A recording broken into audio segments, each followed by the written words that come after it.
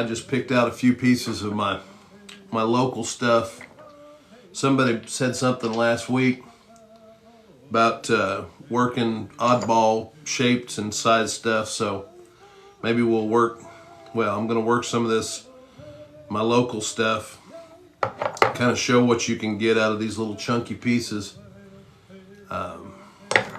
Like, you know, you guys know I'm always picking up stuff, even if, you know, doesn't look like you can make anything out of it. So this piece here, I think I'll start with. It's kind of, you know, clunky, got an oddball shape there, and got a like a big valley out of it right there.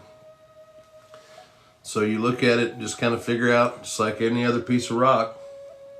Cody, good morning.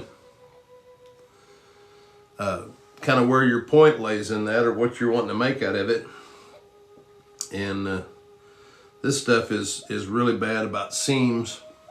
You can see there's a seam in this one right here where it broke, and probably when I, you know, why I put it down, I probably got frustrated. But anytime you see that mineralization inside a crack, that iron like that, let me see if I can find another one. I've got, this stuff is notorious for it.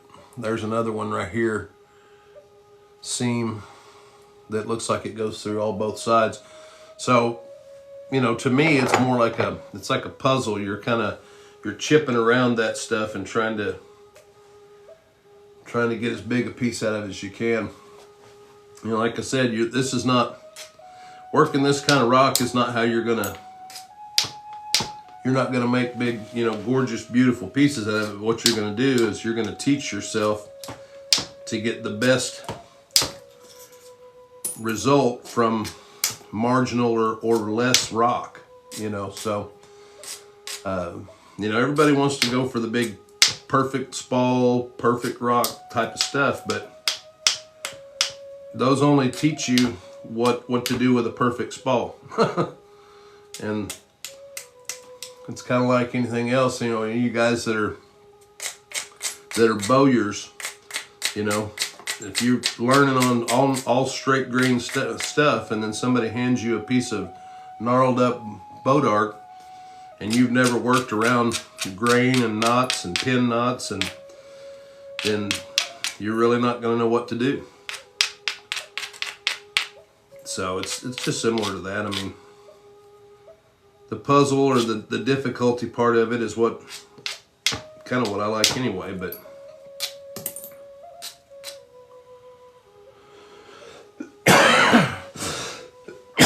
and I apologize for any coughing and all that this morning. Is still can't kick that part of it. So probably kept Jenny up quite a bit last night with it. I just could not stop coughing at times. Clay, yeah, Cody, I've been down since last week, man. I don't know, allergies and arthritis, I guess, but I don't know what the hell. Clay, I am in Northwest Arkansas.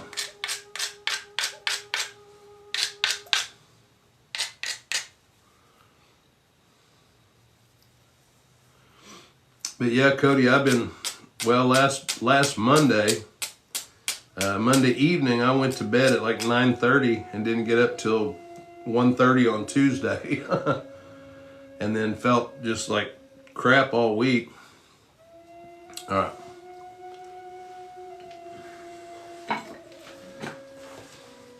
Just kind of using this piece here was pretty wonky to try to get anything out of, just a kind of a warm-uppy type of piece. But yeah, Cody, I'm sorry to hear that. Yeah, everybody that I know of around here, you know, talking about allergies. So, and I used to get them a lot worse. I hadn't had them in a few years, or not like this anyway.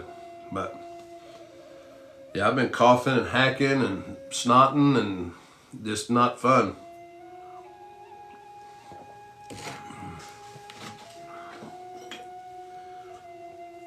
All right, let's see where we can take this off here.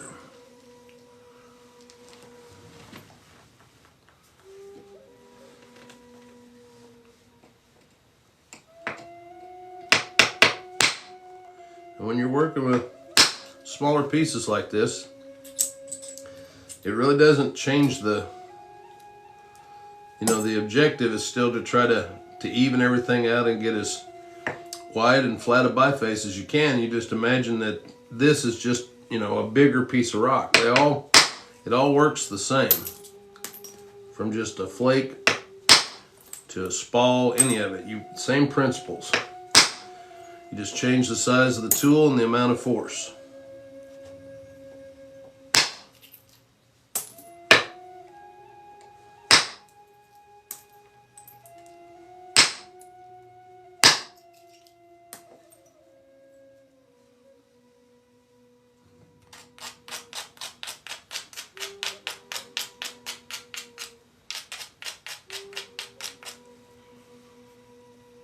Hey, good morning. I said Bubba said good morning. I didn't say her come in. Good morning, hon.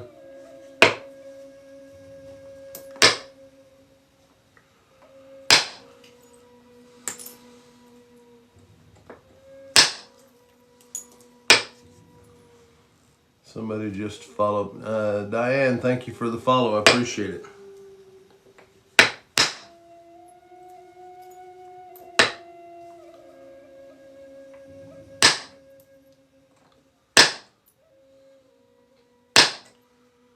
Trying to turn it into this down just a little bit. There's like a little knob there. If I could get that turned, I actually end up with a little bit of a decent sized piece here.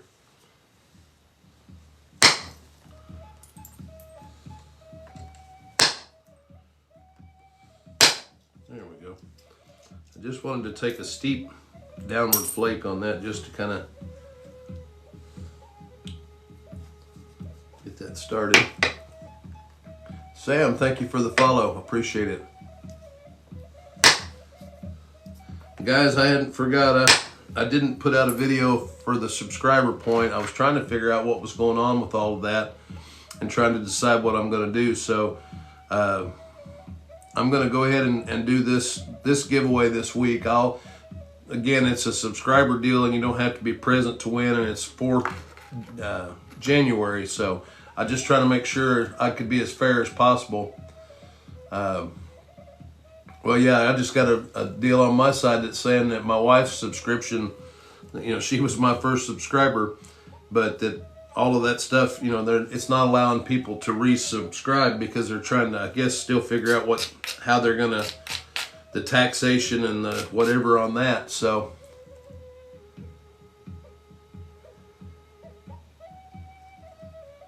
oh man, now that's cool, Bubba. Cumberlands are a really neat point. There's a guy on here.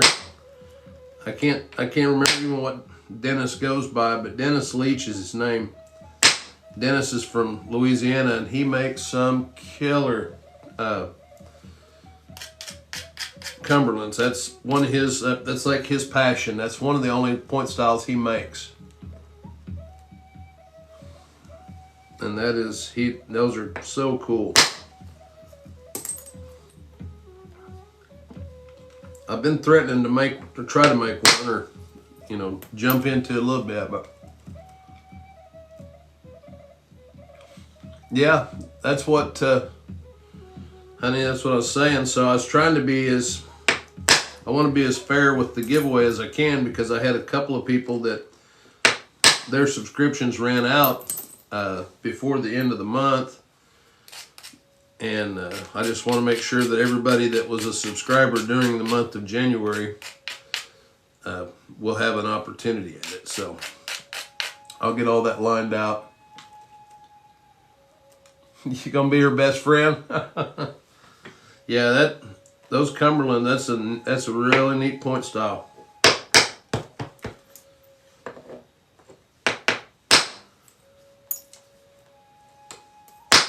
But Dennis makes some of the nicest ones. I mean, it just amazes me the flute on those things. Of course, they're using those like Soulburger type jig or whatever. The guillotine jigs. But I've thought about trying to come up with a Caveman, version. Oh man, now that would be something, Bubba.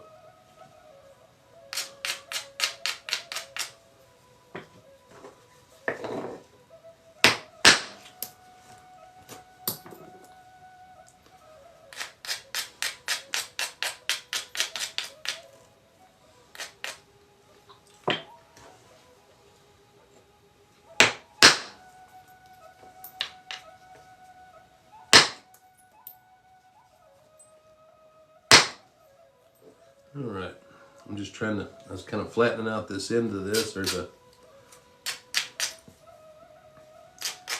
kind of a layer of chalkier material on this. Color change. I like to, I don't know, the artistic part of me, I like to leave that in sometimes if I can, but I got to be careful about trying to chase it. Oh wow, yeah, there's a price on them, Bubba. They're not priceless, I'll guarantee you. There is that they will take a monetary amount for them. A big one.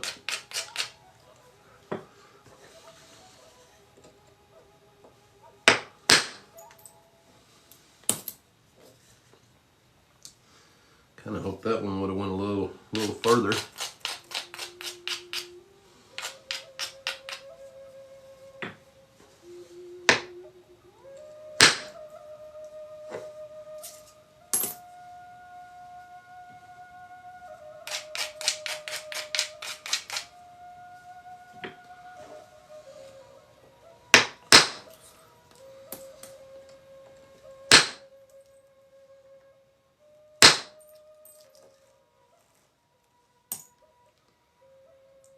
Slowly getting that twist spot out of there. Should be able to clear some of the more of this right here.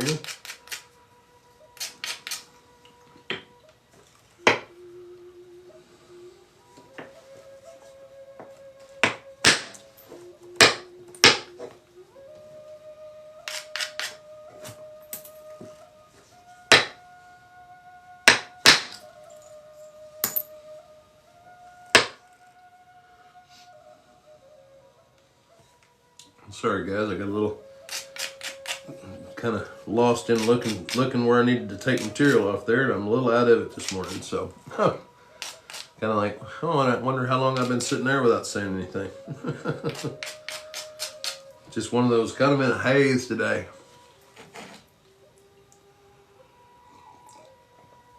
That's why I decided to just grab some chunky, almost, didn't figure on making much out of any of them anyway, so it takes a little of the stress off of trying to work a great piece of rock. But what it does at the same time though is it causes me to, when you're working a piece of rock that's a little bit more challenging, it's more like a puzzle that you have to take apart, instead of putting it together. So each move you got to think about how setting up the next, you see how flat that is, except for this one little area that I'm working down to, and then we'll turn that and come back this way, and we'll end up with a nice little biface out of what was a pretty chunky piece of rock.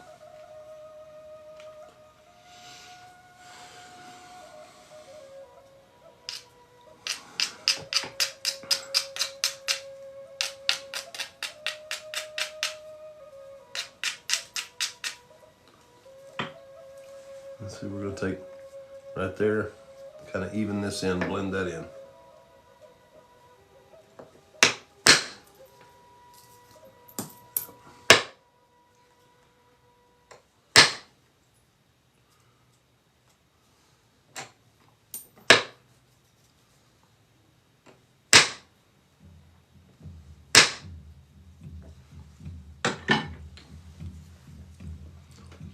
Try to set this up just a little different right here.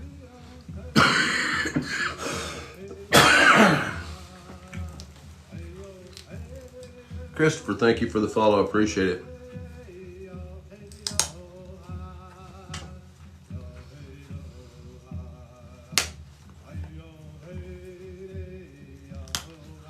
All right, I just wanted to get enough that where I could just kind of hook on top of that platform just to take that little blendy type flake off there.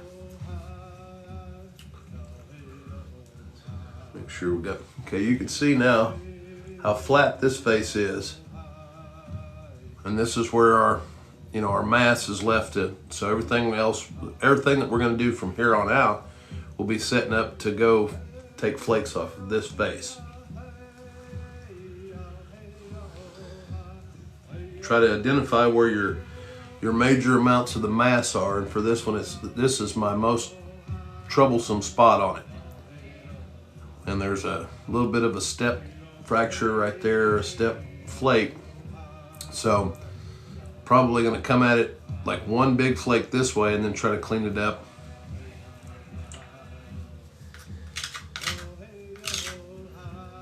Lose a little bit of length, but like I said, I'm not trying to make a, you know, a big huge piece. I'm just trying to use a nice piece of rock that was just a little odd shape, try to get the best thing out of it I can. Yeah, well, and Todd, you will still end shock it. It's especially the smaller the antler tine is, when you're hitting off the end, you really have to isolate it. It's just, I mean, it doesn't take away the you know, it's, you got to think about it. It's the same as hitting it with a billet on the end. You don't see me very often unless I'm fluting, where I'm hitting the end of the piece once it gets thin. It's usually when it's, you know, this is still fairly chunky, and I probably won't hit the end much after I take the next couple of flakes, because this is going to thin this down pretty good right here. But other than end shocking it, what are your takeaways? What are you feeling? Is it improving the accuracy for sure? I would imagine, right? There was the flake I was trying. Well, it didn't go quite as far as I wanted, but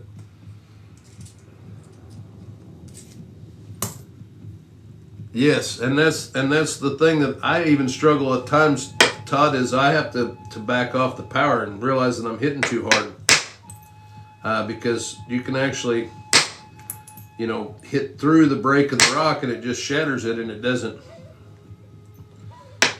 There is a tremendous amount of force going through the tip of that tool, for sure.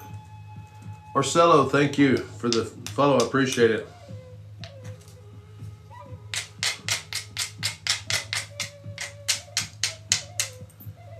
All right, now let's take another one right off the end. I'm going to try to take that last little bit of this. You can see that thickness right in there.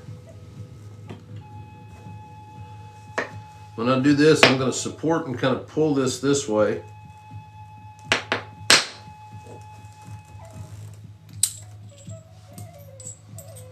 You see that? I cradled that underneath with my finger like this to support all along that flake. And it went from here all the way down to almost the very, well, to right there.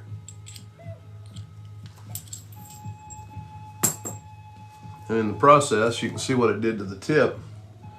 Now we're fairly thin. I drove that back in. Now when I hit that, I drove that into my hand. You can see the red spot right there on my middle finger. That's because I had the base of that drove into there. That's the reason that flake went as well. Zip it up. Thank you for the follow. It's going pretty well. I'm a little under the weather today. Not quite as bad as I have been for the last few days, but I'm still feeling a little less than stellar.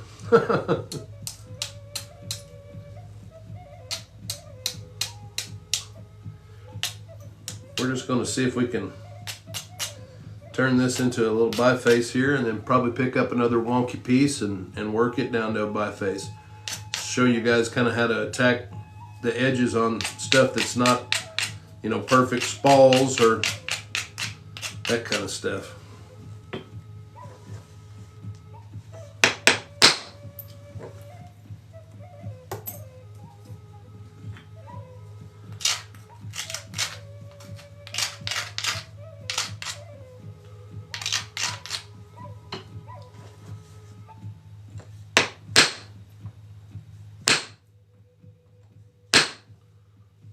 Get that to hook. There's one little spot there I'm trying to.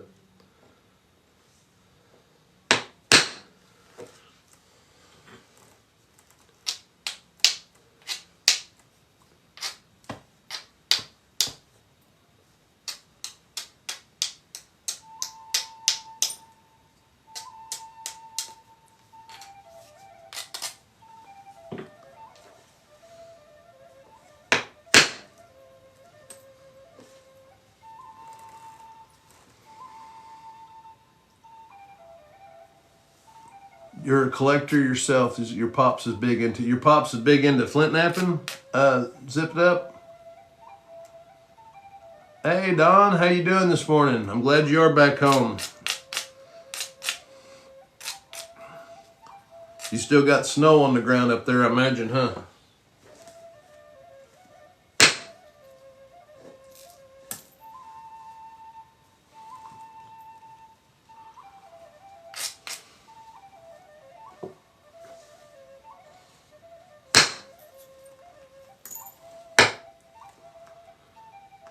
Oh, no snow? Well, right on, Don. Lewis Otto, thank you for the follow.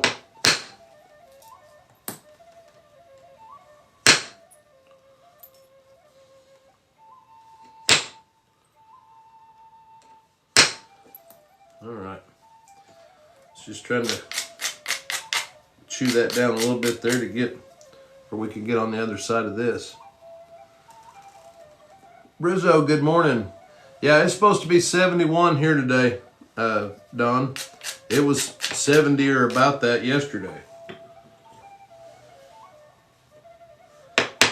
Which is why I feel like my sinuses are probably the main reason that I'm feeling the way I do.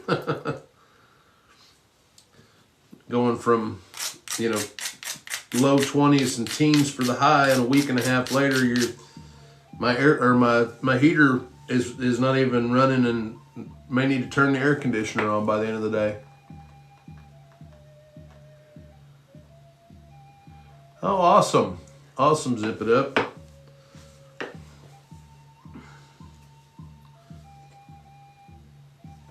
Well, I'm not much of a collector anymore. I mean, I have a small collection from when I was younger,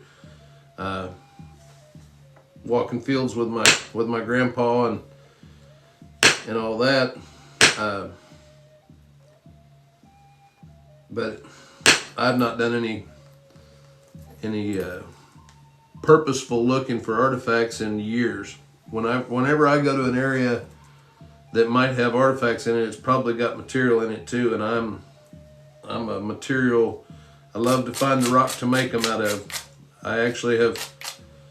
I've found quite a few arrowheads while I was looking for knapping rock, but once I get into an area that's got material, that's what I go into full on looking for rocks.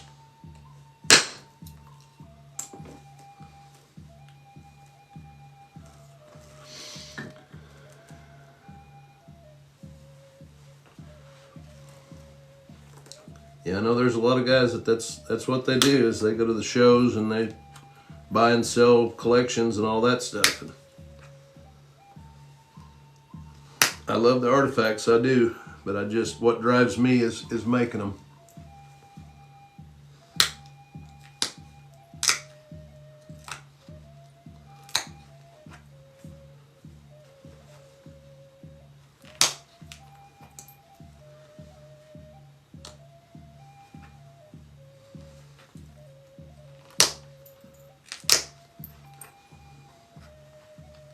Just kind of cleaning this edge up a little.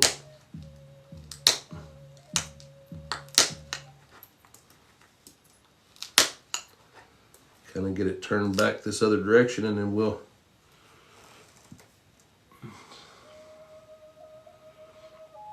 yeah, Don, that's what I'm talking about. And if you don't think that won't get you sick, whew. So, but I do feel better today. I'm not, the cough is the part that's lingering for me the last few days. I've actually felt better. Curly, thank you. Curly, Shirley, thank you for the follow. Guys, we get to 5,000 followers. I am going to do the Harden Point giveaway. We're getting really close to the 5,000 mark on that one. And like I said, I'm gonna do the drawing this week for the January subscriber. Don, I was gonna do it today, and like I said, I was trying to figure out to make sure I had it as fair as possible for everybody involved. So, because they're not allowing anybody to. Right on. Right on, Curly Shirley. So you're a flint napper?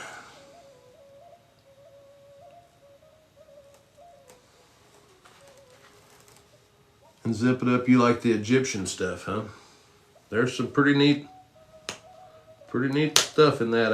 I've always gravitated to the North American stuff, the North American archaeology. So.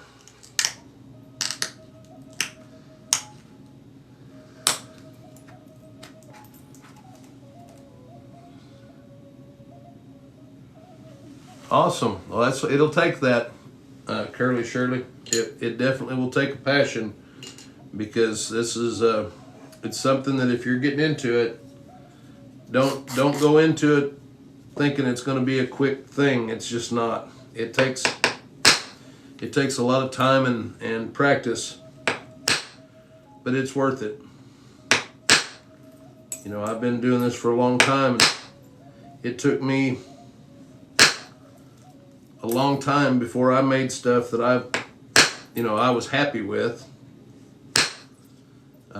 Even longer until I made stuff that other people thought were happy with.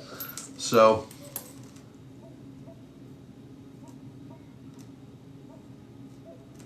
hello, did I yawn this morning? I don't know that I did.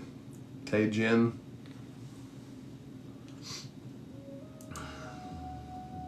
I'm not sure I understand the question, but I don't believe I've yawned this morning.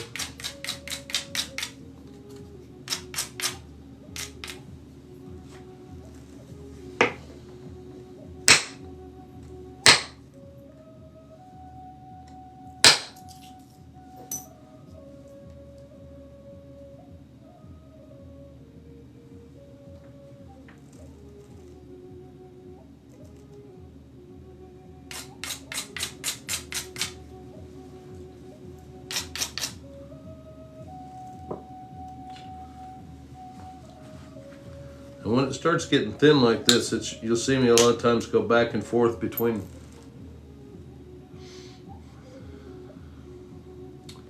favorite material to work with is my local area material. I've gotten to where I really do. I love to get what I can get out of it. I mean, our local gravels, but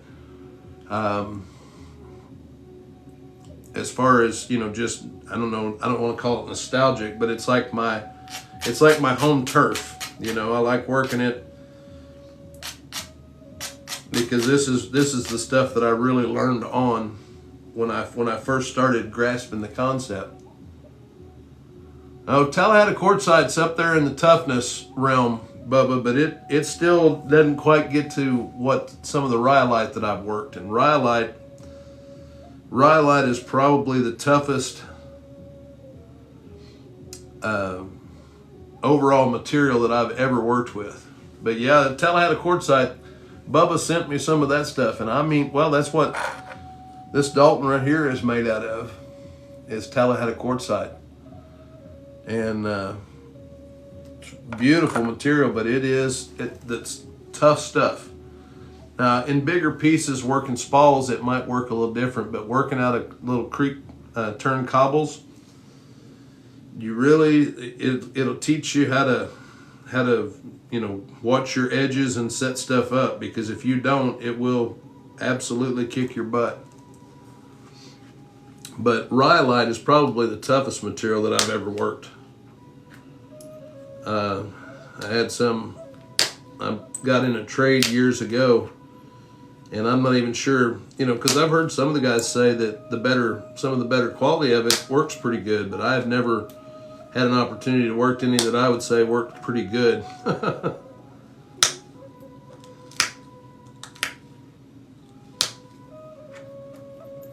Yes, it will, Bubba. I mean, it's, you can make points out of it, but see, that's the thing.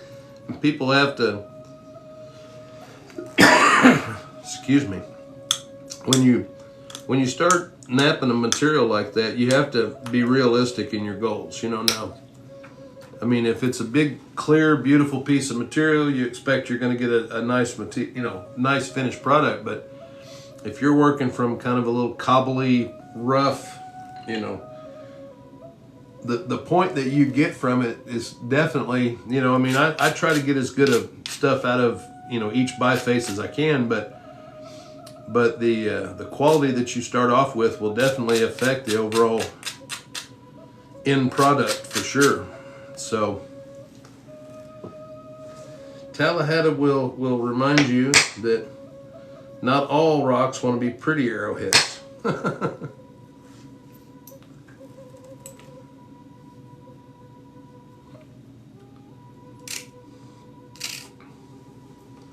All right, I'm going to try to save myself a little bit of material. I may end up, the way this is looking and coming in, second, my nose running a little bit,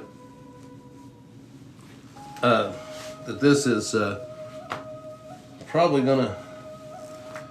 may end up making it into another Dalton. That is correct, Bent Creek. I've got this little odd spot right here, and I'm hoping that I can kind of hook this platform.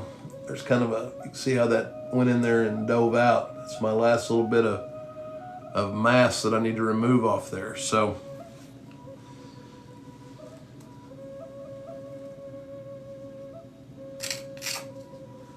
kind of turn that back, and I'm going to try to kind of throw this flake back along the edge of that.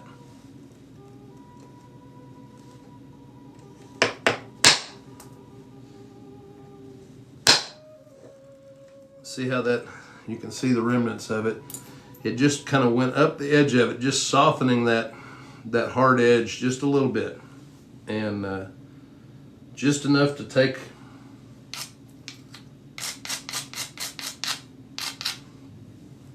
some of that mass off, so that the next series doesn't have to climb as far up. See, that one I kind of come in the back side of that and took a little bit more of that mass off and flattened out the base. Now I'm going to come from this way, take one here, and then just keep working through that. But we're just about to get it.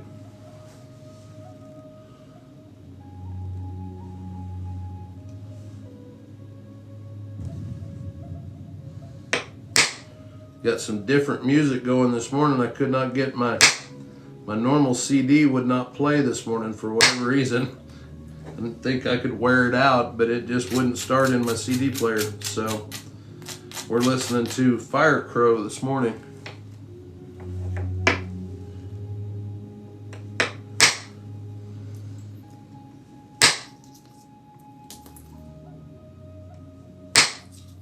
See, these are just all real nice, thin.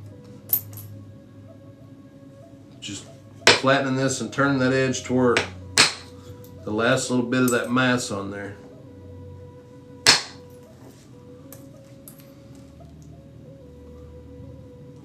See, now we got that whole side is just flat. Rolling, I did not. I've got it set off here. This weekend, man, I tried to nap a little bit, and I was right on, Todd. I'll try to do better about explaining flake by flake. I'm not always good about that, especially when I'm a little out of it like today. But now, Roland, I tried working on this. I mean, I haven't destroyed it, but it started getting some spots in it that I was just not on my game. I just haven't felt good, in almost a week now. Now today I feel better physically, just have a little bit more of the cough, and because I haven't napped much, I actually feel pretty good, arthritis wise and body wise. So that part I can't really complain about. I'm just kind of in a haze is what it feels like. So whenever I'm not on my game, I don't like to work super nice material usually. This is just a piece. That's why I picked up a few pieces of my local stuff today that were just really oddball, wonky, stuff. This one's got kind of a big turtleback in it. Yeah, that was about it. I napped, but I didn't. I napped with an N, Cody, most of the weekend. But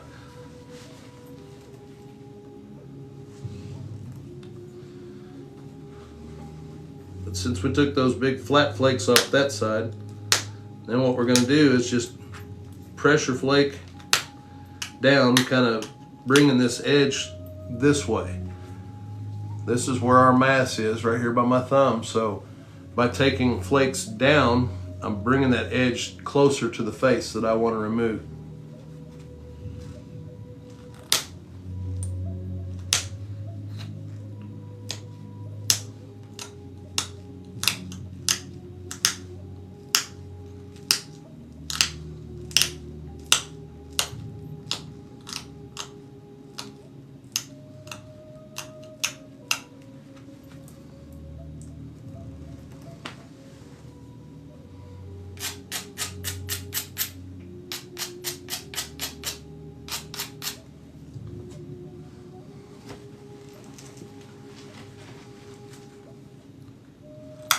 Take another pass at that.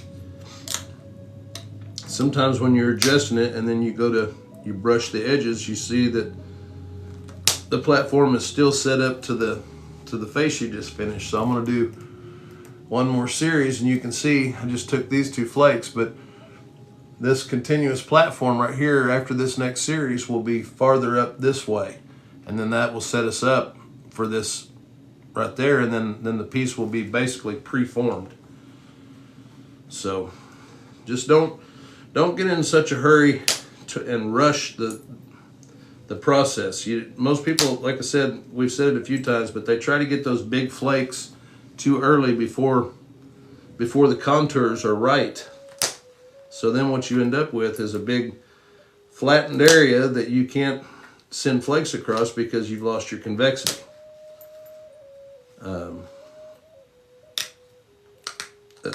When you send the last series of big flakes across there, you really are sending them, you're setting the final thickness of your point. Doug, how you doing this morning?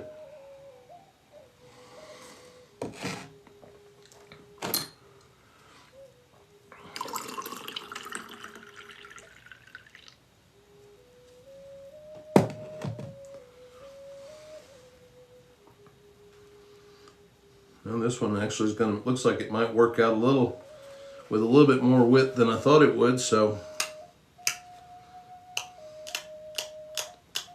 see what we can make out of it. I think we'll probably just set it aside and biface another one today.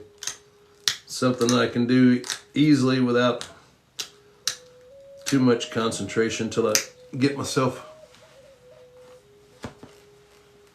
Curly Shirley, I think that, well, I had a bunch of mentors over the years, but a lot of it learned on my own. I mean, it's hard to say on your own. If I watch a lot of folks flint nap on videos and stuff now, and anytime I've been at an event, I always watch as many people as I can, because there's always going to be somebody that does something, even if it's just different than what you do, it might work better for certain situations. So I think that if you go into it always with the mindset you're trying to learn, you know, you never stop that quest for the knowledge of it. But so, you know, I napped for the first 2 or 3 years probably 2 years that I napped. I never even knew there were other people that napped.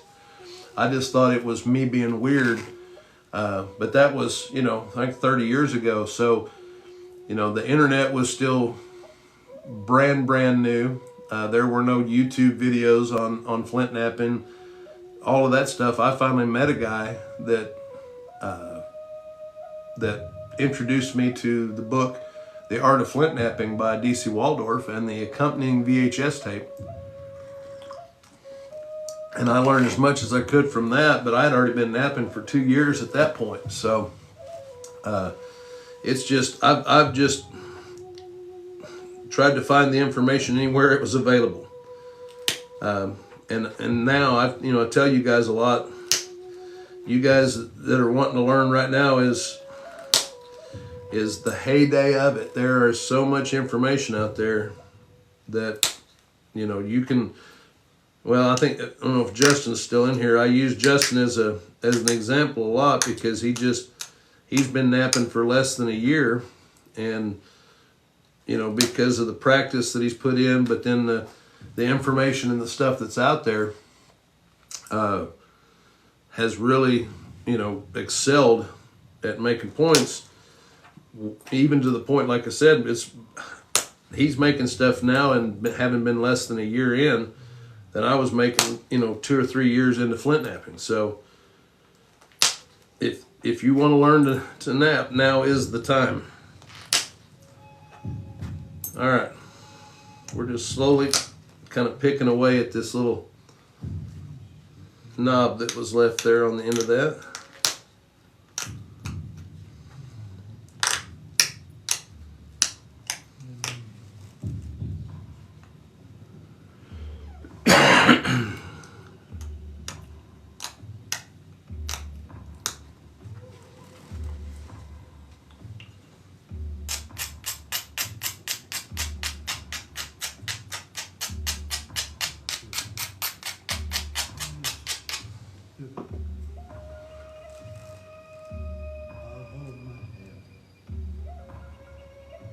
Oh, awesome, Bubba. That's really cool. They like seeing you out there getting them points, huh?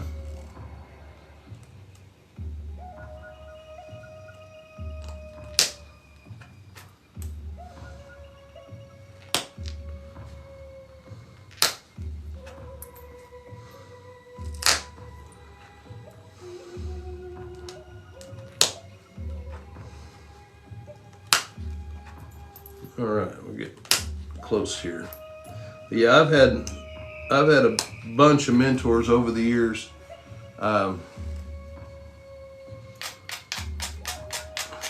You know, people that have taken time to sit down and explain a few things to me, and the list is immeasurable, really. I mean, I started napping, well, almost 30. This year will be 30 years. And only been going to official like nap-ins for about the last 10. But I went to little gatherings and stuff here locally for a few years and was able to nap with some of the best that, you know, are recognized in the world of flint napping. Jim Spears, who's getting on up there in age now. I've had the opportunity to sit down and nap with him and watch him, and you know, a lot of the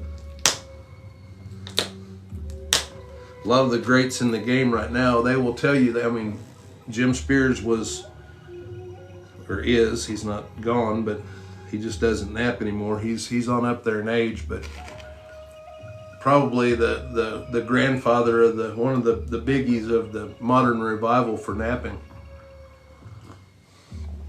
Jim's got work in museums all over the world, so he's pretty freaking phenomenal. All right, we've just got one more little spot on there where that little hump was, and I'll show you. We're just going to try to pick that off. You can see that little lowered spot right there, and we're just going to run this right along that mass. There we go.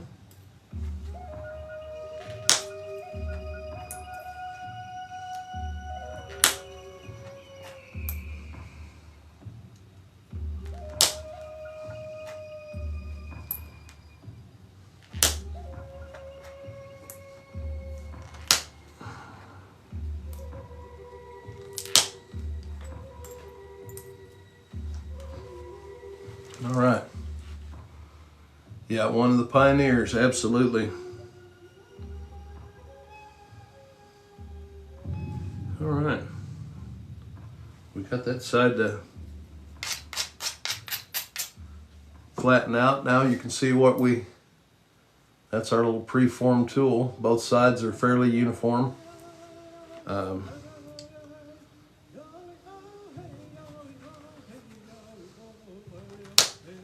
We just start working to get the edges more refined and in line.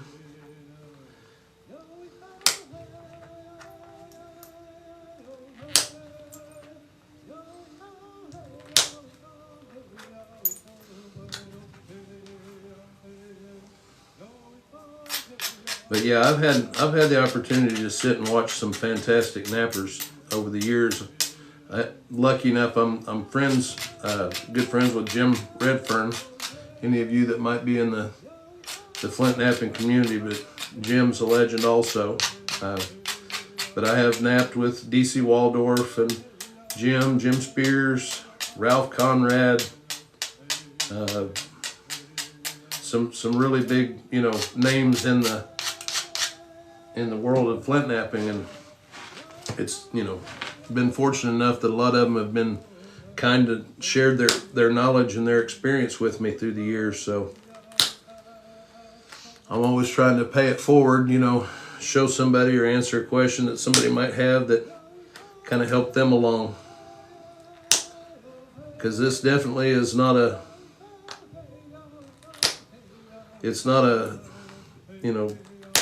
figure it out by yourself kind of without videos and somebody helping and explaining and that kind of stuff. This would be very difficult, to say the least.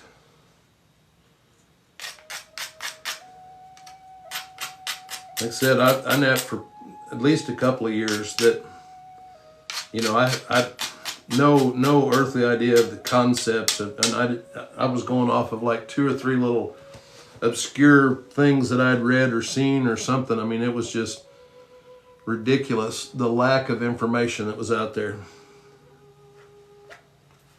So I would encourage everybody that's wanting to learn, if you've got questions, ask questions. If you've got, you're wanting to get better, that's how you get better. Ask questions and just keep practicing.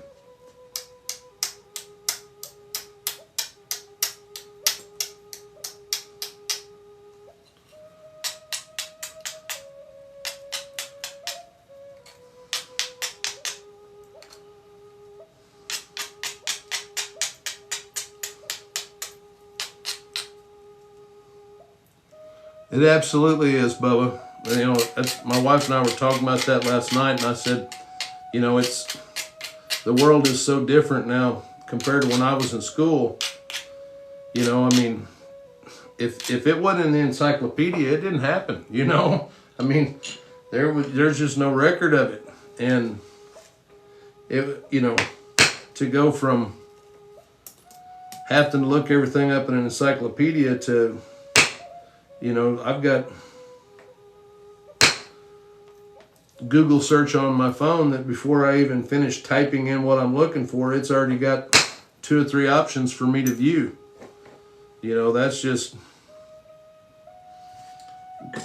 that kind of access to information is fantastic and dangerous at the same time.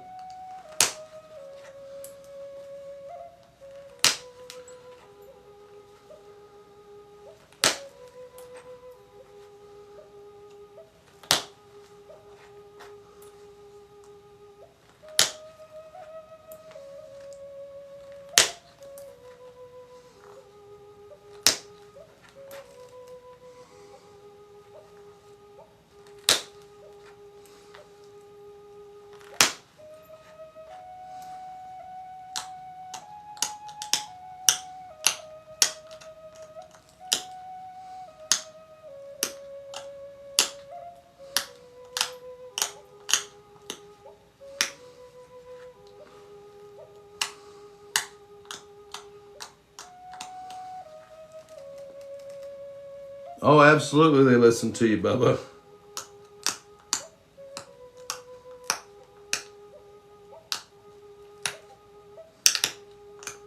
Because it's, you know, a lot of stuff is geared around all these sales sites that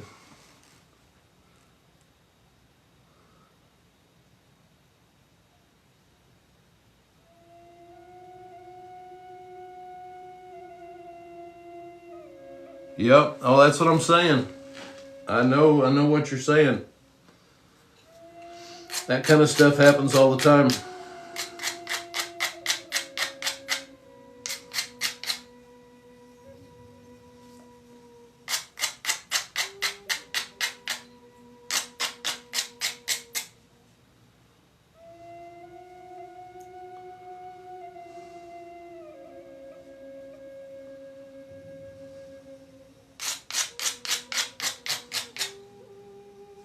Try one more. Yeah, I've seen stuff like that happen, Bubba, for sure. They call them smartphones for a reason.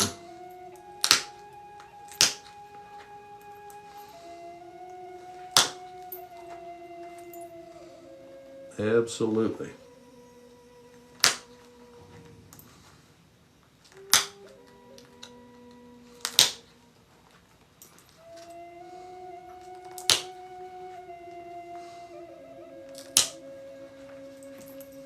All right.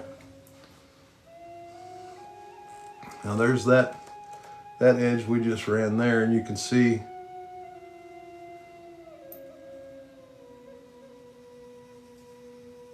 got just a little bit more on this side to get. Kind of even it up, and then we'll set it aside.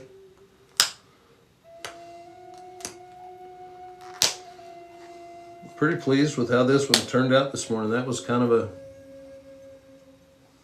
I honestly surprised myself. I didn't think I was going to get as big a piece out of that as I did.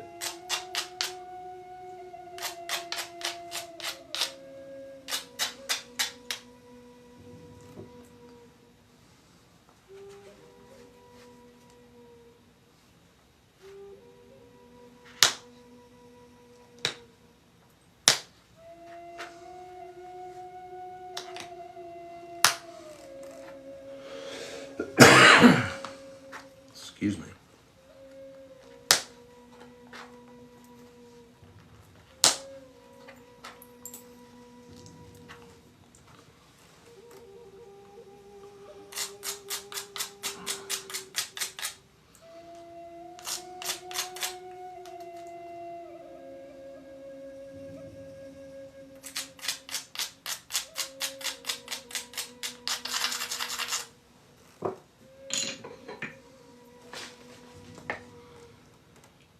I haven't made any Danish daggers, Bubba.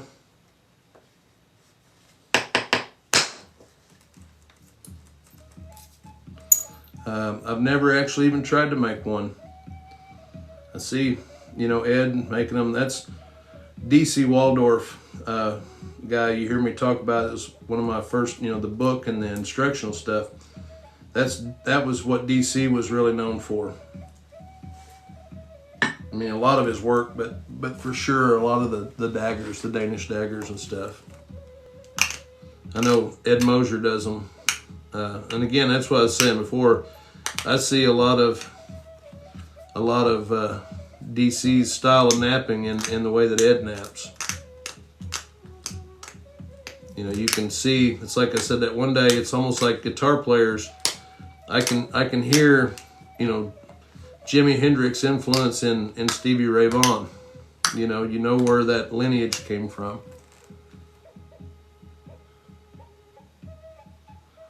Yeah, there are, Doug, but on so many of those apps, I mean, they're, you know, you have to ask that they don't track you in any way, shape, or form. And some of it I don't care for, because I mean, it doesn't bother me that much. Somebody's not going to take over my accounts, and you know, there's not going to be a landslide or a land windfall, I guess.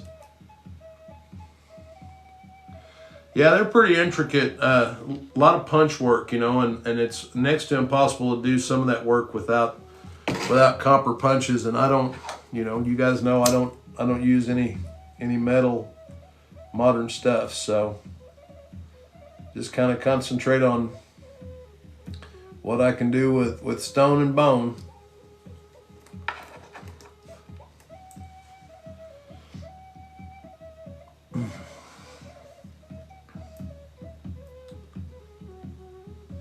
All right.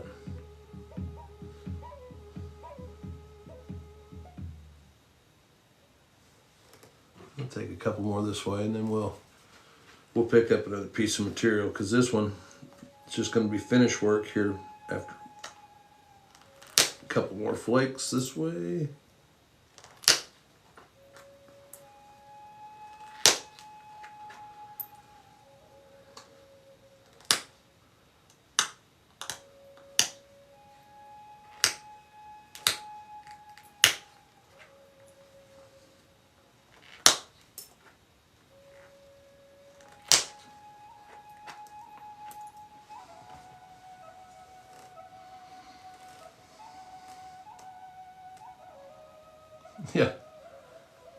Yeah, that's me, Bubba, and I mean, you know, as far as, I don't do much shopping or anything online anyway, so I don't do much shopping, period, but yeah, all that stuff's set up for the almighty buck, for sure. See if we can get this flake right here, and then we'll...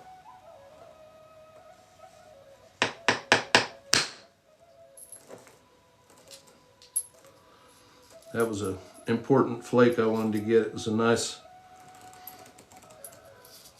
thinning that basal area really nicely.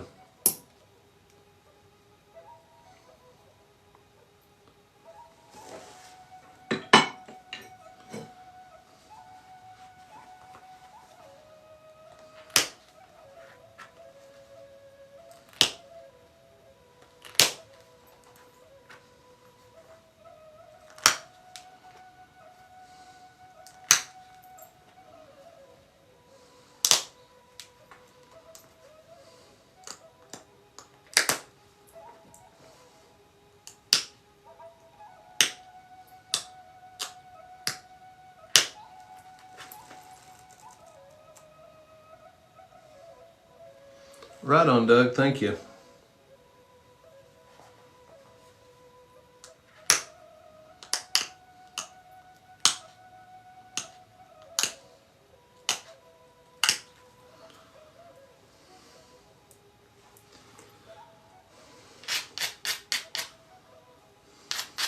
Well, we just about got the puzzle out of this one. It's all, after this, it's just finish work. So for those of you that have been in here since I started messing with this one this morning,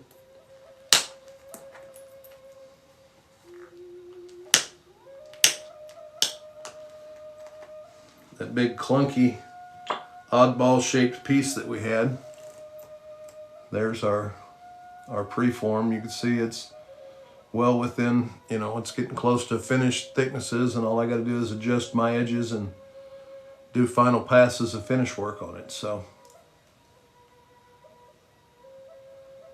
it does sometimes, Bubba, for sure.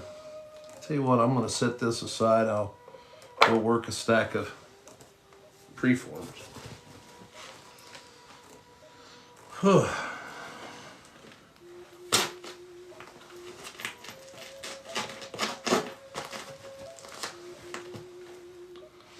of catch a breather here.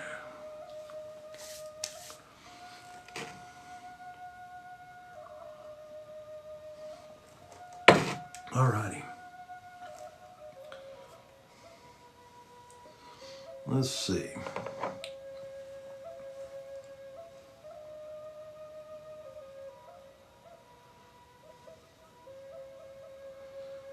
This one's probably going to come apart, but this is just some really slick material. But you can see that seam or that crack right there in that. And it looks like it goes all the way through to this side, but never can tell. I mean, like I said, it may come apart, but it may be sealed or healed up in there. And it's such a slick piece of rock.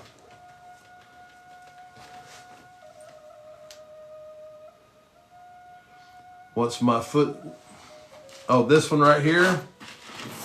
That's just a piece of sandstone, Bubba, that I've just set up under my foot. My hips were starting to bother me. Yeah, that's what I was saying, Don. It looks like they're trying to figure out what they're going to do with, taxation on that.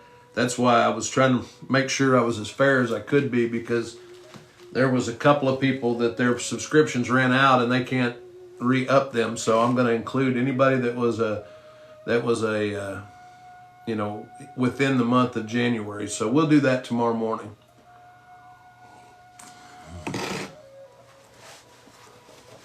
So, but I won't leave any of you out, I promise. All right, this thing's got all kinds of issues. It's got a big square blocky end here. It's got seams in it.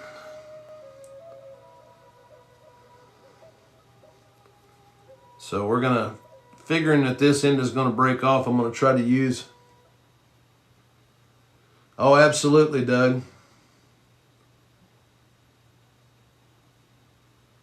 Yeah, Bubba, I don't know how all that's working and what all it's doing, but like I said, I'm sure they're gonna get it figured out, because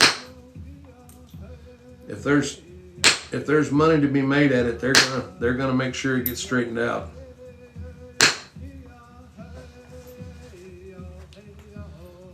I'm gonna see if I can kind of pick through this, where this seam is at over here, and if I can get underneath it. And hey, Todd, you have a good day too, man. So I just ran that one along the top there. There's another little beginning of a seam. Those are the ones that'll break your pieces right there. Is those little seams that come in off an edge. Gives that rock a place to start to break, and that's all it needs.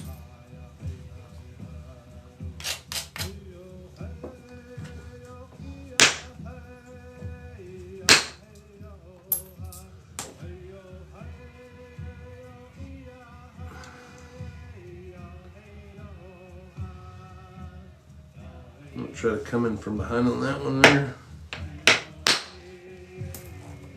See how that all kind of got chunked up and broke there? There's a seam there that hadn't healed up, but it looks like it's kind of superficial, so we might be able to get underneath it.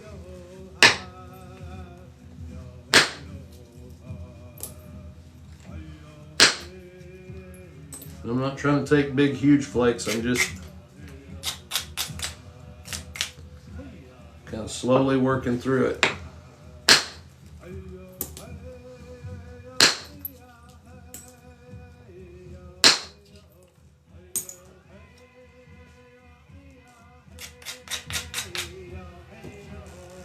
I gotta drag the puzzle piece.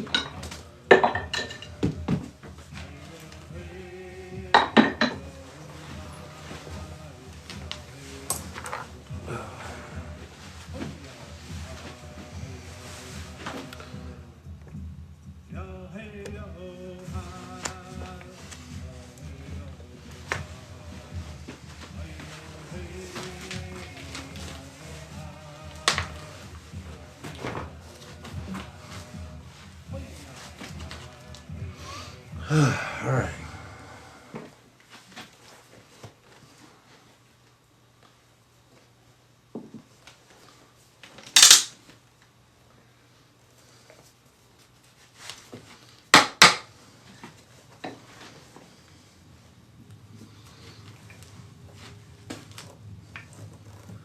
Now, let's see. Get back into where we were at there.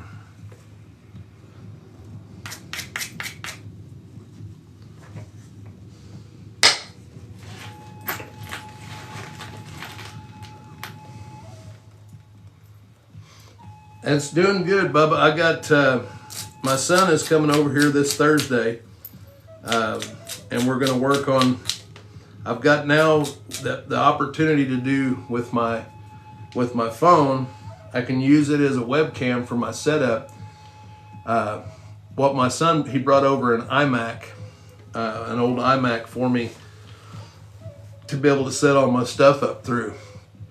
And with it being an iMac, then I can use it to stream with, and then use my phone camera as actually an additional shot. So he's coming over. He's my tech guy. I am definitely not the tech dude, but you know, I'm the idea man.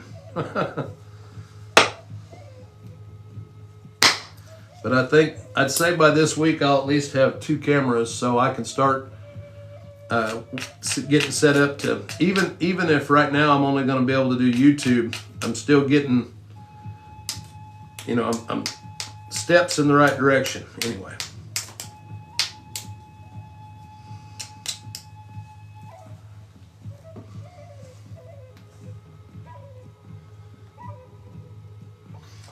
Bob, no, this leather I've had for, well, I bought it at a nap-in probably 6 or 7 years ago, 8 years ago, something like that. I can't even remember. It was cheap. That's the reason I bought it. I actually should have bought more because I think I only paid $25 for it. And it's you know, stood up really well to all the wears. So okay, there's that seam, and it looks like it carries on through, so we're probably going to lose the back end of this rock here. I was hoping that would hold together because this is such a nice clean piece of Burlington that if I could get it to stay together. The hardest thing to find is the leather. It's expensive, Bob. It's you know, it's not easy to come by if you're trying to be frugal with money. And that's why, like I said, when I saw this for what it was, I snatched it up. The guy had a whole stack of them on his table, but I should have probably bought $100 worth at the time. I just didn't have the money to do it. But yeah, this one, with it being the lighter colored leather, so this is when I'm at a show or something, that's what I use to cover up all my tools with. Set that out, you know, like that. So, I mean, it's a huge piece of leather. So, yeah, it's harder thing to come by. If you don't have to have as big of, you know, a piece of leather as this to do it. You know, in fact, you can get by with like just a hand pad like this. You know, I could lay this across my leg just the same as I can the other deal and use that the same way. So you don't necessarily have to have the big leather pad on your leg. It's just, for me, it's just more comfortable. It kind of sheets the rest of it off of my leg and get everything kind of set back up here.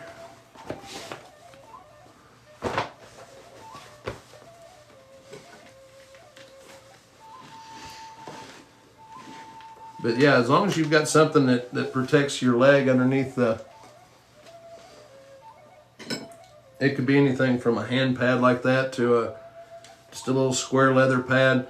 Doesn't even have to be leather, you know, as long as it's cut proof to keep flakes from coming through as bad on you. But I've seen guys use t-shirts, you know. Yeah, and that's good point, Don. Harbor Freight, the welding aprons. In fact, my first deal when I first started flint knapping was made from I worked in a foundry, and it was basically a welding apron, one of those old orange leather riveted welding apron. That was my first leg pad, and have still got it around here somewhere. I mean, I wore through it, but I've used it for other stuff over the years. Yep, there's that crack. See if I can take the rest of that off.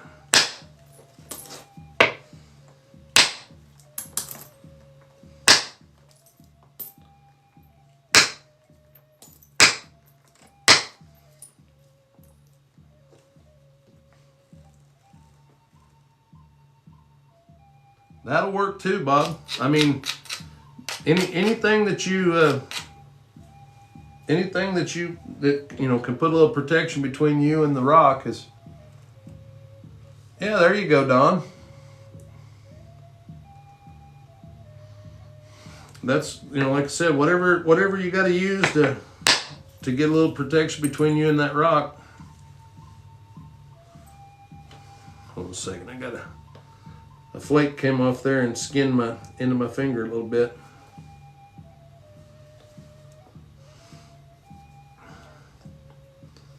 All right. This train is going through this morning.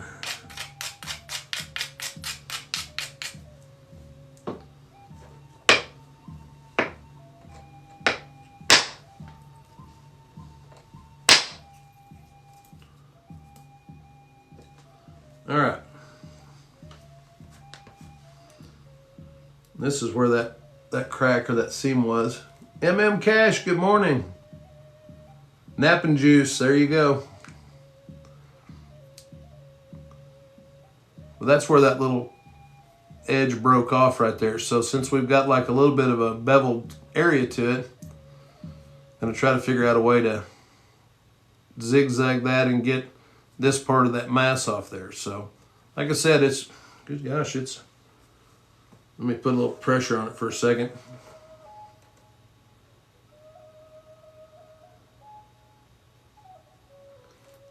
Roland, I may have missed your first comment on there. Where is it that's very good for pricing or fair for pricing for leather?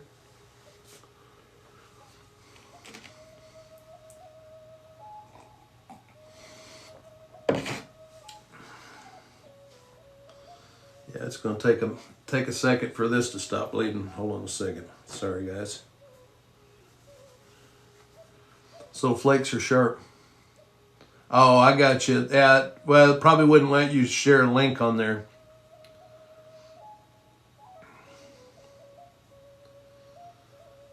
Hold a little pressure on this for a second. It'll quit. It's just a little blood, but I don't want it getting all over the piece here.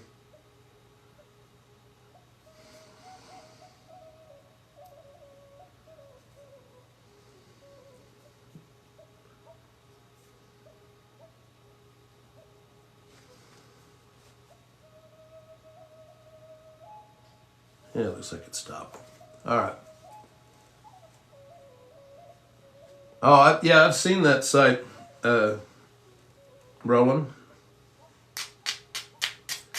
It shows up a lot on my Facebook feed.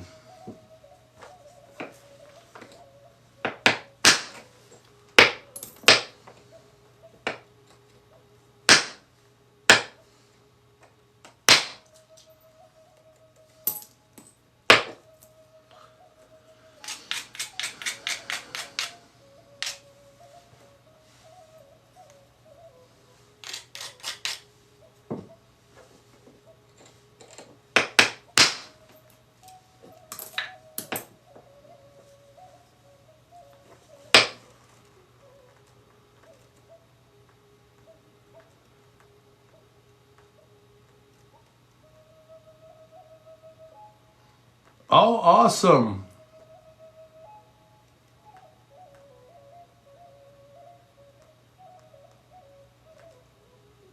Yeah, I guess I figured that, MM. Well, that's awesome. I'm glad that you enjoyed it. I really am. Deer Trail Company has leather. Oh, awesome. I didn't know if now are you talking about Kenny, Don? That he's selling leather also?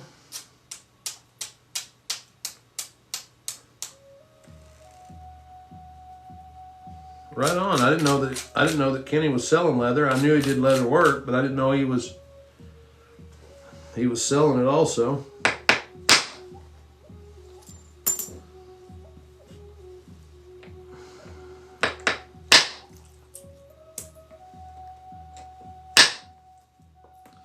Well, guys, I tell you what, that brings up a great point. You know, like I said, I knew Kenny was doing leather work, but I didn't know he was selling it. Any of you guys that are in here watching right now, that if you've got a thing that you do, if you're on TikTok and you go live, or if you've got a craft that you do or something that you sell, a little side hustle or whatever, shout it out here. Let everybody know what it is that you do. Because, a lot of times you're going to be like, I wish I knew somebody that did da-da-da-da. Well, this is how we connect. This is how we promote each other. I'm not a leather guy, so I wouldn't be able to help. But then, Don's saying, hey, there's a guy that is part of this group that sells leather, and even if he doesn't have what you're looking for, he might be able to point you in a direction. So, I'm all about supporting each other, the little guys. Do you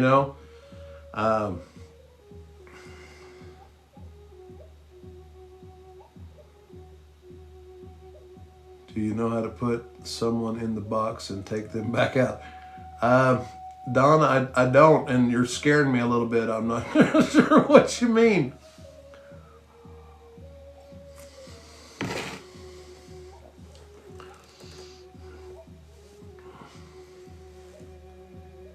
You make gravel? East Mississippi gravel production, huh? I make a lot of it too, Bubba. I make a lot of it too.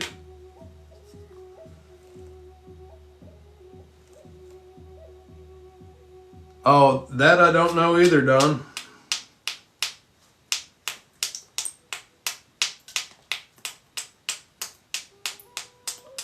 No, but guys, if you, like I said, if you've got a craft or a thing you do and you're just watching, we got 84, 85 of us in here. If you've got a craft or a skill that you practice, especially, I do a lot of primitive skills and a lot of that type of stuff, and I'd be, would love to hear what it is that you do. Met a few potters on here. This will be a good flake here, guys. This is going to take off the top part of this kind of weird spot here.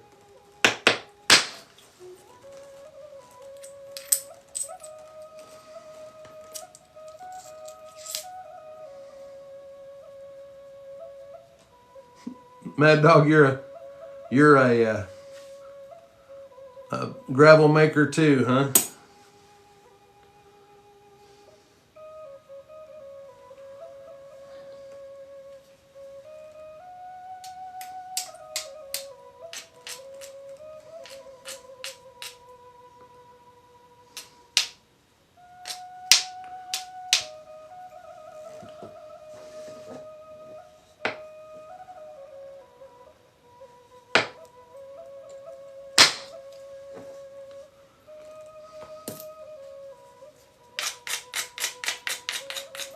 It's actually a few more people in here today than what we had been seeing, guys. That's kind of a promising thing. It's like I was talking to Jenny and I said it was really weird. It's not that I do this necessarily for the likes or the whatever, but it just, my views had gone way down when all that stuff was happening with, the uncertainty of what's going on. And I'm sure there's still a certain amount of uncertainty. There's another nice flake right there. But you know, I went from having, you know, several thousand people through the course of a little jelly cheese. I appreciate it. But no, it went from there being a whole bunch of, you know, I mean, like there was more people in here than I could keep up with, to where it got to a point where, you know, it was crickets out there, and it was my, you know, a lot of my normal folks that would come in, and that was it. It wasn't like there was any, you know, it wasn't pushing the live out into the algorithm or whatever, all that stuff, and it just like slowed off real quick.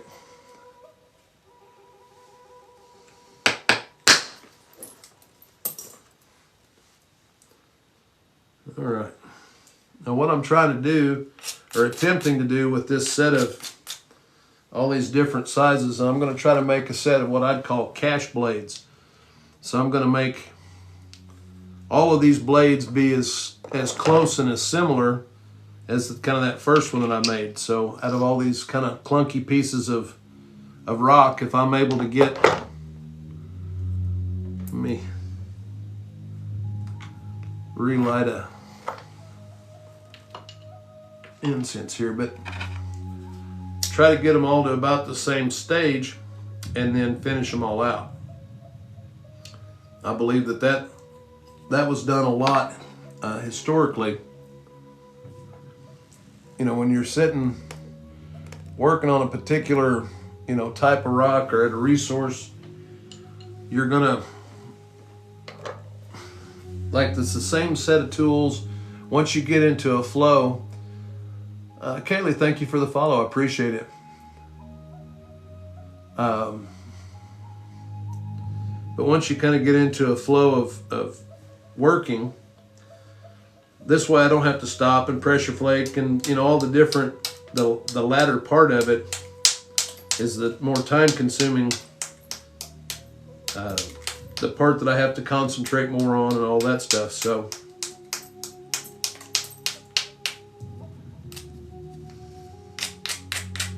if I can get a handful of these worked down, then we'll finish them all out.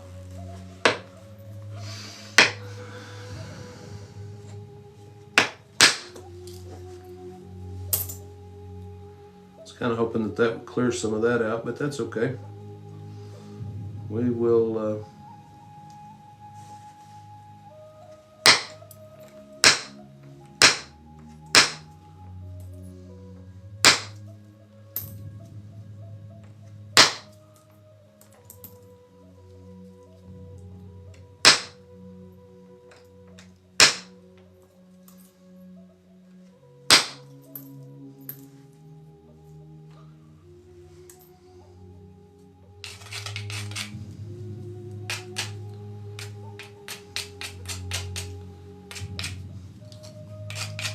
so when I first start off with this, all I'm trying to do is get like one side kind of flattened out. Just taking off the little high spots on it, just trying to make it a starting point, and then we'll work to the other side.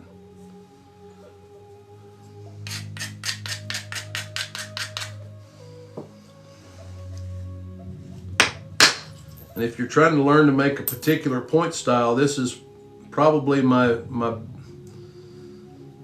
you know, what I would suggest, that, you know, like your best way to do it is you pick out the point style that you want to make, get your material set out, and instead of trying to make one all the way from beginning to end, do them in stages. Make 3 or 4 pieces and take them down to where they're a preformed stage, and then take them to the next stage, all of them, so that you learn the process by repeating the steps on numerous pieces. If you just do them one at a time from beginning to end, it's harder, for at least for me, for the, you know, to kind of ingrain in the steps or the way that you know what you've got to do to get it to that point. So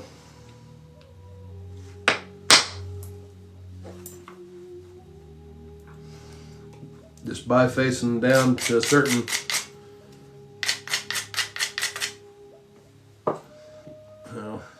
stage that they're, this one I just want a real thin kind of, yeah, just a tapering point out into the center of that. Getting that as flat as possible to start off on this side with.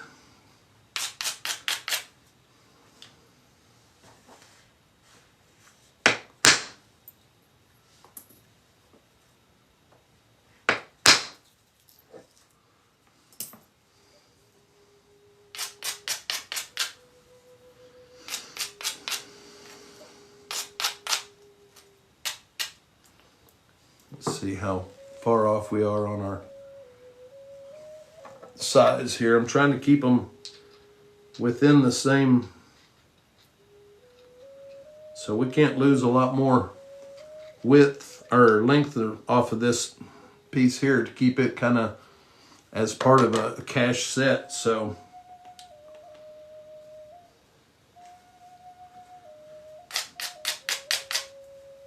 try to keep, you know, be as frugal with my length as possible on this.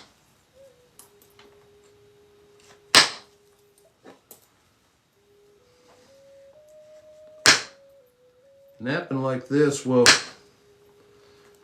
cause you to, you know, you think about your material in a lot different terms than just trying to make an arrowhead. I'm trying to come in at a certain size or a profile at different times of the,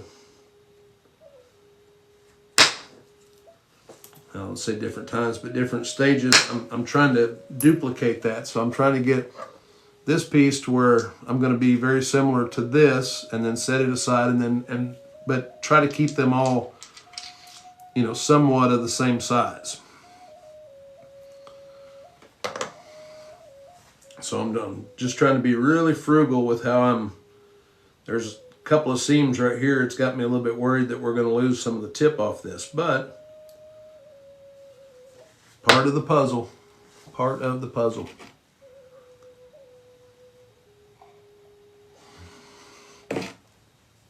Alrighty.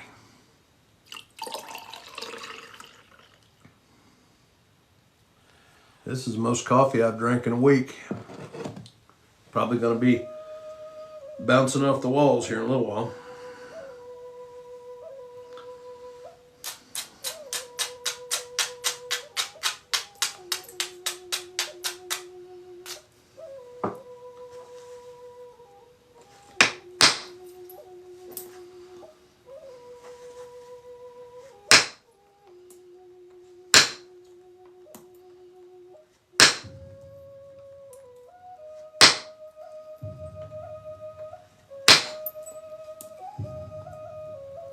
And there's a seam there. I'm hoping that it doesn't go all the way through.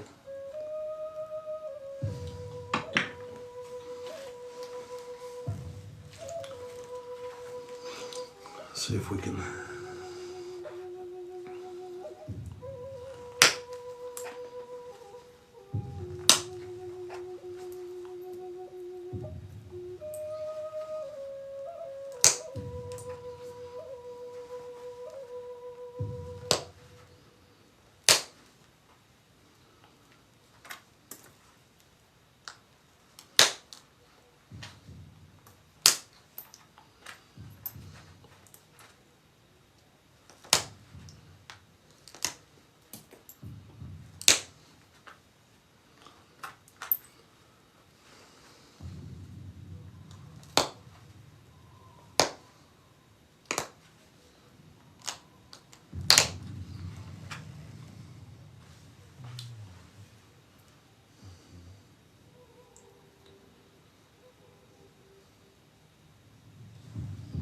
All right.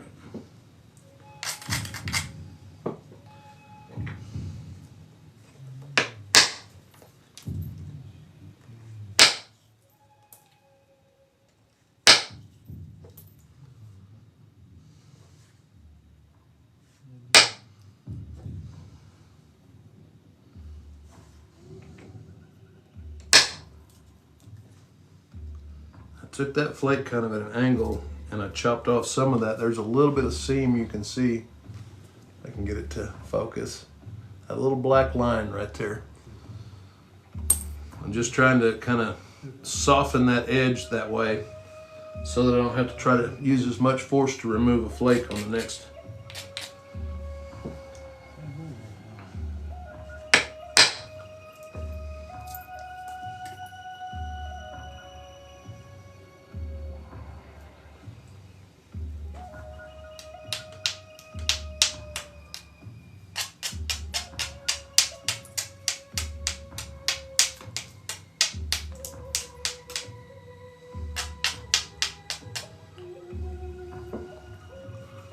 See how close we're still hanging in there. Yeah, we're right at the line where we don't need to take any more off the length. It's going to be a little bit smaller, but that's okay.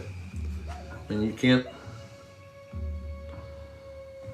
It's hard when you're starting with a bunch of different sized rocks, or well, they're similar size, but they've got all their own little difficulties.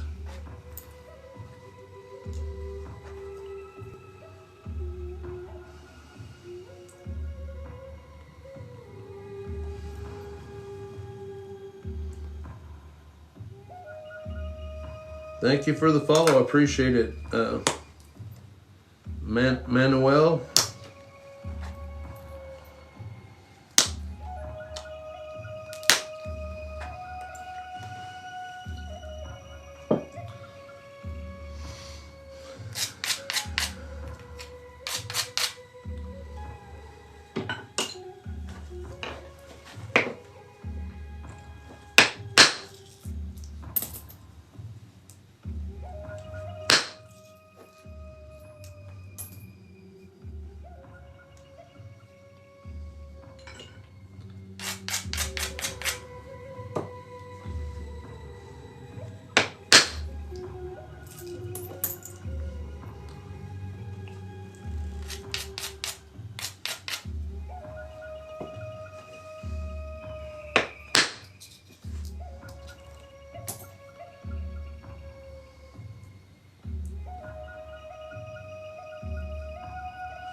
All right.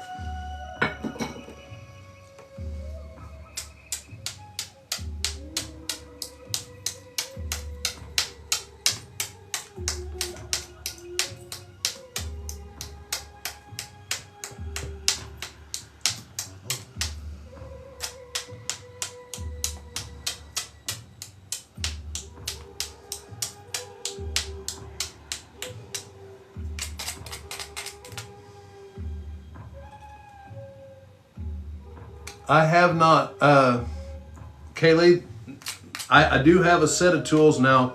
My hammerstones, these are all self-foraged, but all of my antler, I've gotten some of it from trades. Now I have made my own tools, but most of the antler that I've got has come from trades, either for my work or stuff like that.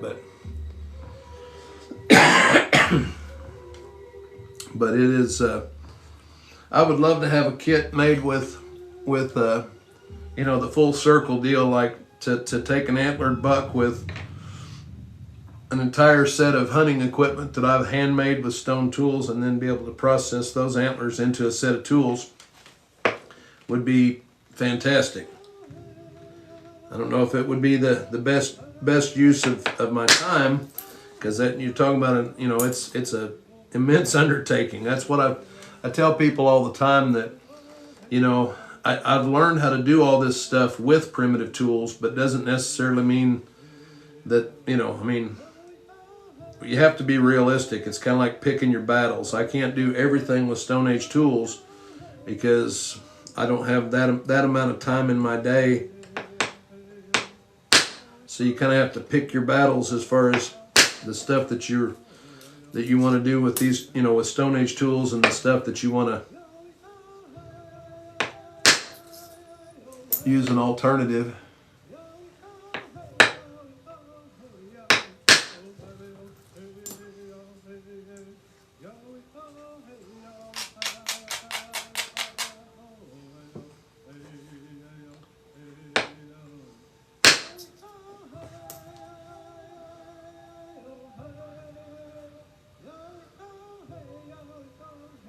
All right, we're getting closer to that. I'm trying to.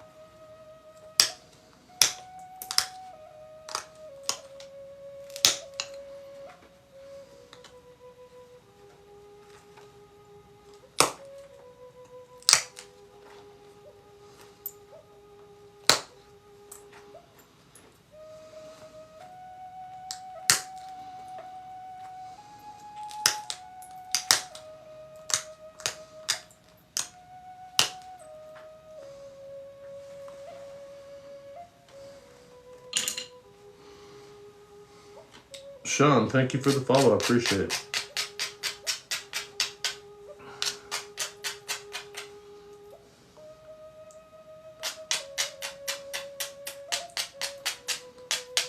All right, we're going to see if we can take off some of this side here, and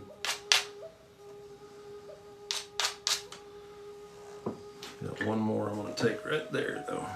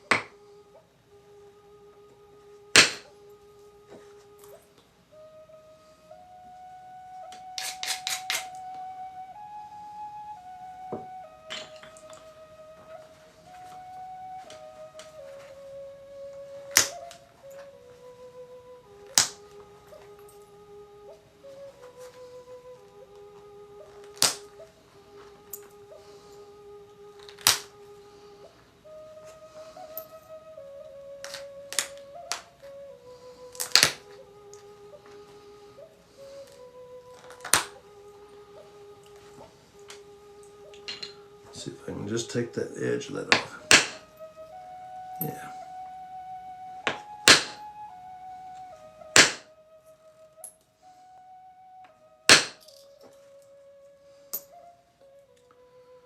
Well, that size of that platform that I was just grabbing hold of was just barely trying to drag the edge of it just to pull those flakes off.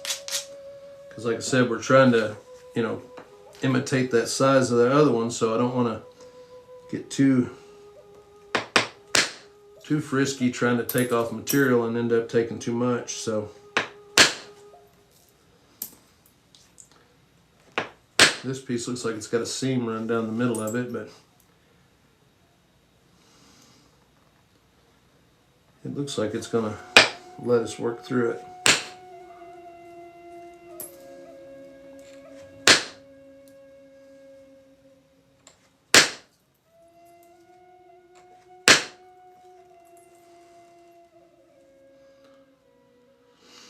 All right, let's see.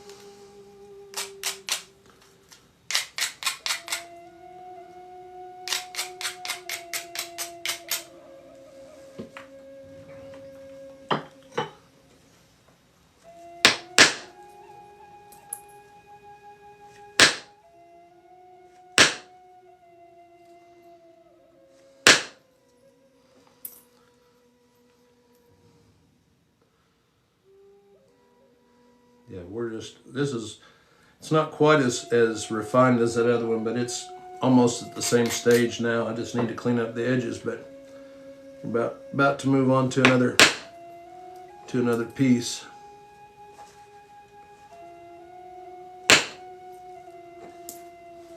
Because this is just going to be a bunch of, see how thin we've got that. Working edge all the way around. Got a little bit of an area right here, but I've left it a little bit wide so we can kind of make up for that swoop in the material there.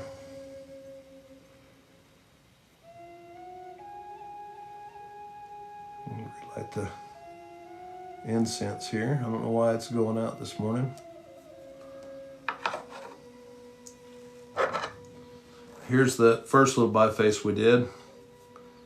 This one's going to be, it's a little bit shorter. Actually, it's about exactly the same length. So it's going to come in. No, it don't want to burn this morning, for sure. So there's the next biface in that. Now let's see what we got here. Now, like I said, this is another really clean piece, but this is almost like bowl shaped in here. And then this side's got square edges, and it's just like a top or a chunk. So, what time is it? Yeah, we got about 15 minutes here. I should be able to get it close to this one's not. This one doesn't look like it has near the trebles at the other one, but that being said, there's a seam there. We'll just work through it real quick.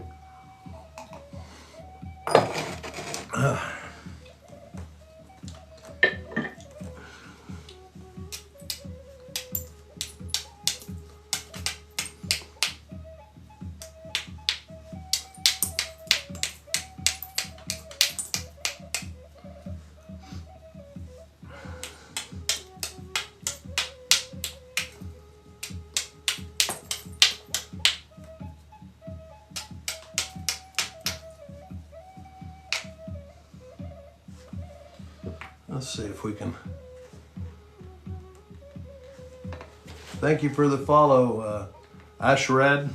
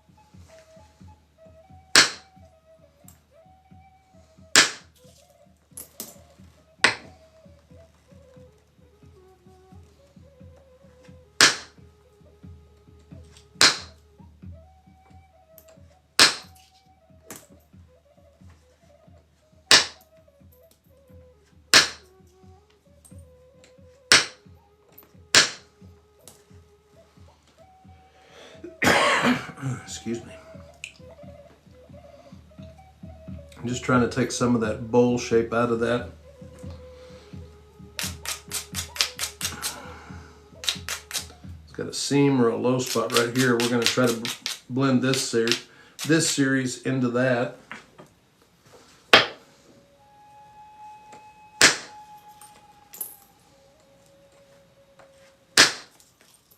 Yeah, see there's like that part of that seam in there.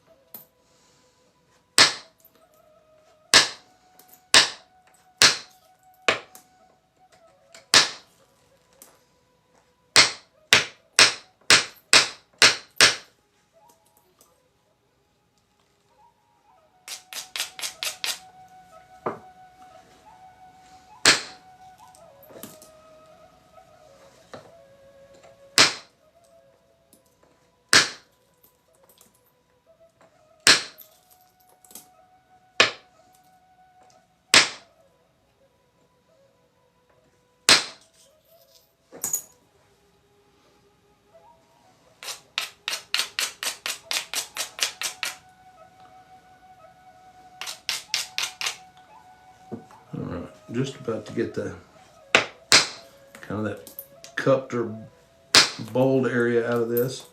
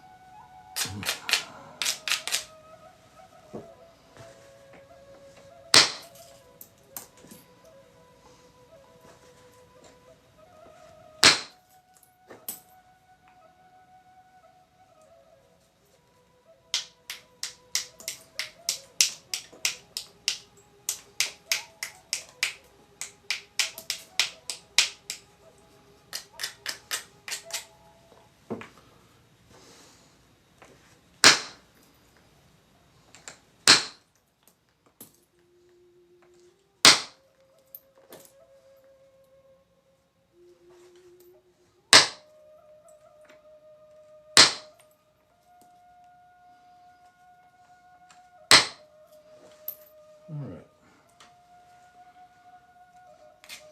Kind of got that side flattened out. There's a little bit more right here I can get, I guess.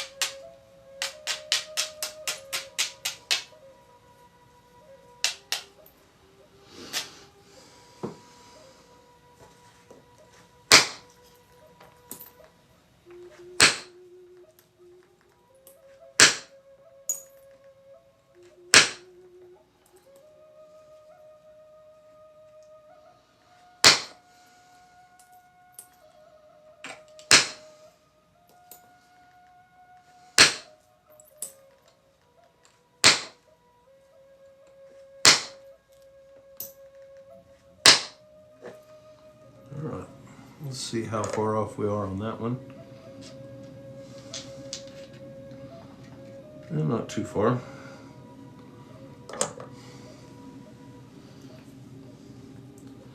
Trying to keep them all fairly uniform.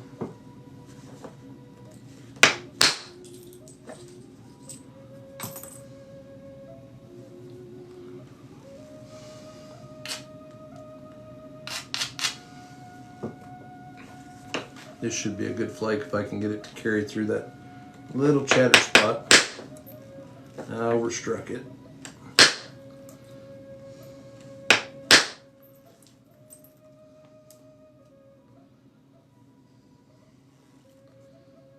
So that's one of those situations where I just hit it through the platform. I hit it too hard, and there's what I was hoping to do, is clear it way out into there.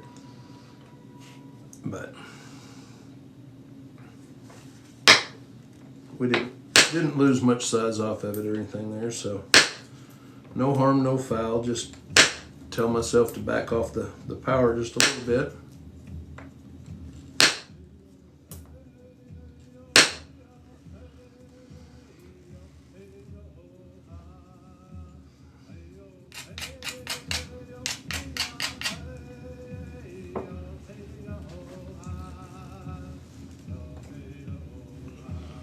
Get an idea where I want this oriented in this piece. Probably take it from that side. So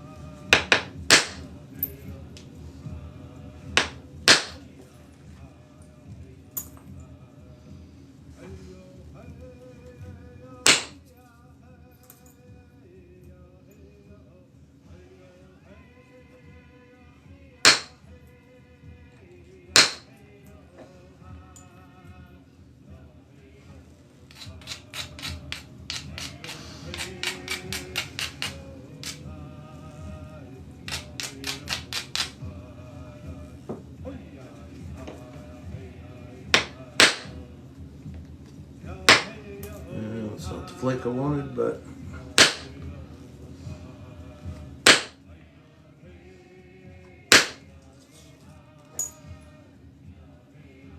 it'll work.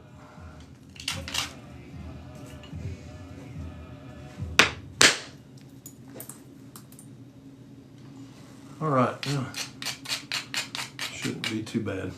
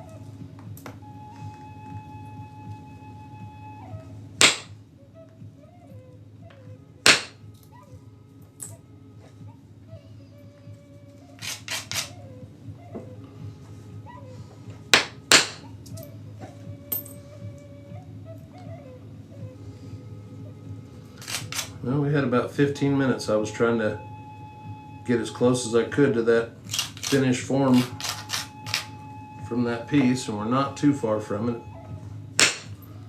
Be some cleanup pressure flake work here.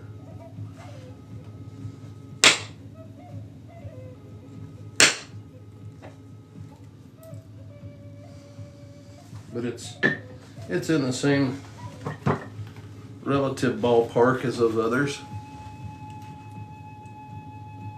Oh yeah, the music reminds you of Lilo and Stitch.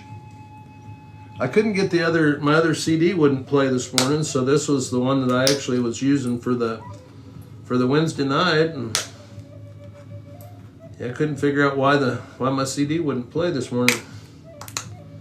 It's always my player's always a little temperamental, but today I could not get it to start, so.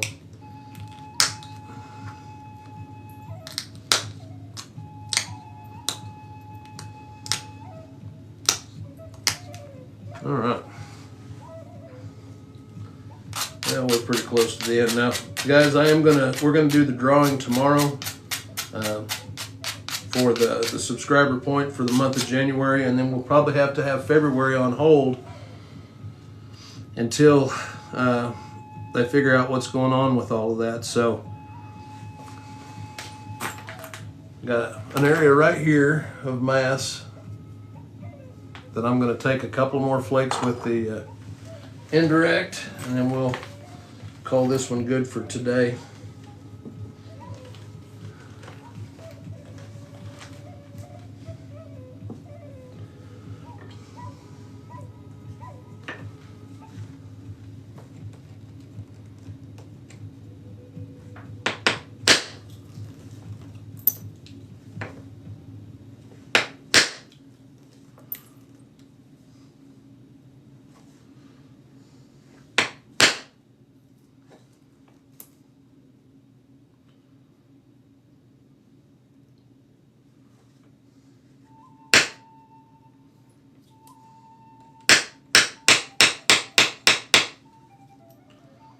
Yeah, we're there with the thinness now. We just need to shape it. It's a little bit going to be a little smaller than the other two, but